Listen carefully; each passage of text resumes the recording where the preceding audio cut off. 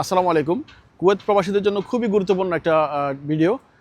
Kuwait government ইতিমধ্যে notice করেছে Kuwait প্রবাসীদের জন্য যারা এই বর্তমান পরিস্থিতির কারণে কুয়েতে প্রবেশ করতে পারছেন না, অর্থাৎ অনেকে দেশে গেছেন ছুটিতে, বাট কুয়েতে আসার আপনার টাইম হয়ে গেছে বা ফ্লাইট ছিল, বাট আপনি এই মুহূর্তে কুয়েতে প্রবেশ করতে পারছেন না যেহেতু বিমান চলাচল বন্ধ আছে।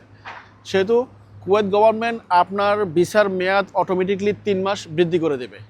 অর্থাৎ যারা এখানে শুধু খাদেম আকামা যাদের আছে, আমরা জানি খাদেম আকামাধারী যারা আছে তাদের সর্বোচ্চ তারা বাংলাদেশে বা ছুটিতে গিয়ে 4 মাস থাকতে পারে, 4 মাসের ওভার থাকতে পারে না। তো সেই ক্ষেত্রে তার বিষয়েও 3 মাস বেড়ে যাবে। তবে ওনার উচিত হবে ওনার কফিলের সাথে, ওনার স্পন্সরের সাথে যোগাযোগ করার, তাহলে ওনার জন্য বিষয়টা আরও সহজ হবে।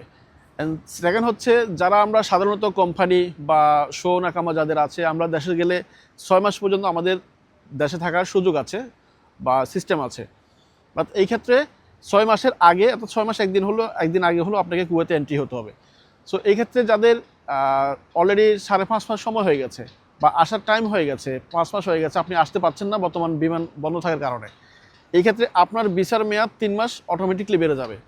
কিন্তু এখন কথা হচ্ছে আপনার আকামার মেয়াদ আছে কি না সেটা আপনাকে দেখতে হবে।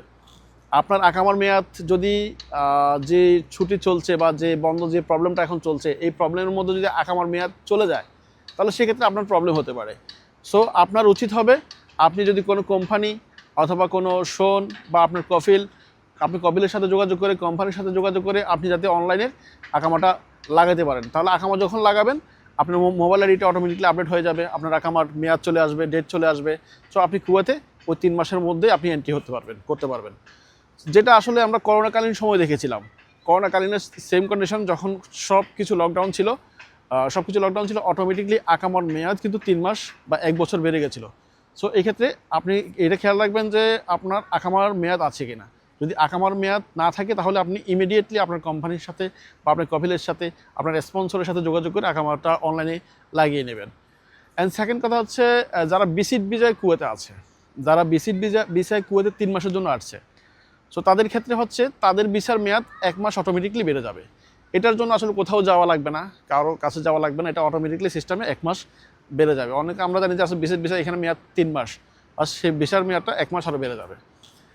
আর হচ্ছে যারা ভিজিট ভিসা হয়ে গেছে দেশ, অর্থাৎ কুয়েতে আসার জন্য সব কিছু রেডি, বাট এই বিমান বন্ধ থাকার কারণে আসতে পারছে না, তার ভিসার মেয়াদও অটোমেটিকলি 1 মাস বেড়ে যাবে। সো সিচুয়েশন আশা করছি এর ভিতরে শিথিল হয়ে যাবে, আশা করছি সব কিছু ঠিকঠাক হয়ে যাবে ইনশাল্লাহ। সো আপনার প্যানিক না হয়ে আপনারা আপনাদের কফিলের সাথে, আপনার কোম্পানির সাথে, আপনার স্পন্সরের সাথে যোগাযোগ করেন, ইনশাল্লাহ কুয়েতে আবার আসতে পারবেন। ধন্যবাদ সবাইকে। আসসালামু আলাইকুম।